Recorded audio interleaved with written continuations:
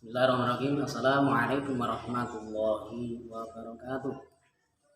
Para ustadz, para ustadzah, dan anak sekalian yang dimuliakan oleh Allah Subhanahu wa taala, pada pagi hari ini yang penuh barokah, penuh hikmah, penuh hidayah dari Allah Subhanahu wa taala, maka kita semuanya pada pagi hari ini kita telah bertemu kembali dalam keadaan sehat walafiat.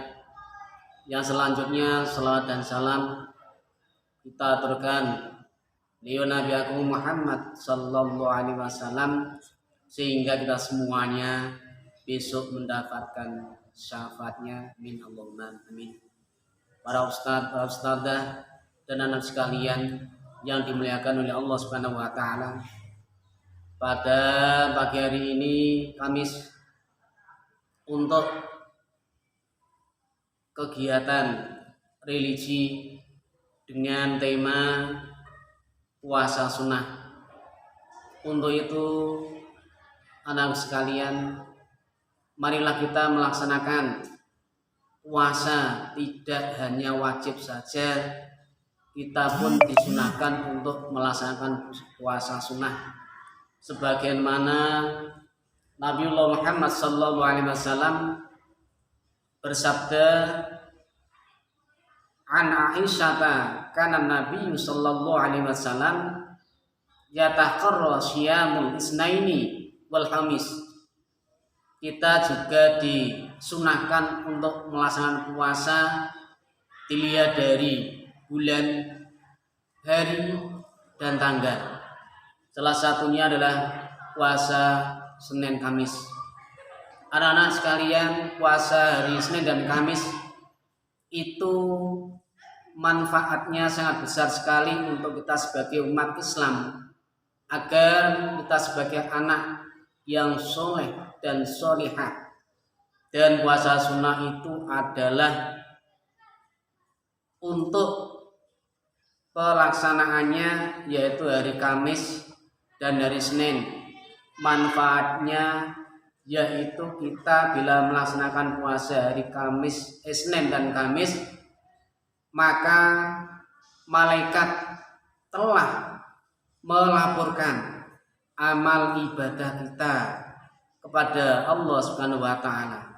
Untuk itu agar anak-anak, marilah kita berusaha melaksanakan puasa Senin dan Kamis, agar ibadah kita yang baik oleh malaikat disampaikan pada Allah Subhanahu wa taala. Kemudian yang kedua adalah puasa Syawal. Kita pun setelah melaksanakan puasa Ramadan pada waktu hari raya Idul Fitri, setelah itu kita puasa 6 hari, yaitu puasa Syawal, dimulai dari tanggal 2 sampai selanjutnya. Yang pelaksanaannya puasa Syawal itu adalah bisa dilaksanakan berturut-turut selama 6 hari dan bisa dilaksanakan berselangan. Sekarang melaksanakan, besok tidak, melaksanakan besok tidak, dan seterusnya. Untuk itu puasa Syawal tadi manfaatnya adalah siapa yang melaksanakan puasa Syawal, maka ia akan ditambah pahalanya semakin banyak. Dan siapa yang melaksanakan puasa Syawal, maka oleh Allah Subhanahu wa taala dianggap mengerjakan puasa selama setahun. Untuk itu anak sekalian, selain kita melaksanakan puasa Kamis, marilah kita belajar lagi, yaitu melaksanakan puasa Syawal, agar kita sebagai anak yang taat patuh melaksanakan perintah Allah Subhanahu wa taala, yang salah satunya melaksanakan sholat sunnah, puasa sunnah, yang salah satu manfaatnya tadi kita melaksanakan puasa sunnah Syawal selama 6 hari, maka itu oleh Allah Subhanahu wa taala dianggap melaksanakan puasa selama 1 tahun. Kemudian yang ketiga, puasa Arafah.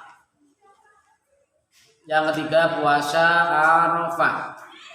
Puasa Arafah ini juga puasa sunnah yang pelaksanaannya dilaksanakan pada 9 Zulhijjah. Salah satunya ini pelaksanaannya dilaksanakan pada bulan besar. Itu ada puasa Arafah, ada puasa Tarwiyah, ada Arafah. Maka dari itu anak sekalian, sebagai pembelajaran puasa sunnah yang salah satunya puasa Arafah ini adalah saya awali. Yang pertama adalah niatnya puasa Tarwiyah. Nawaitu sumanggotin tarwiyati sunatan lillahi ta'ala, itu tarwiyah.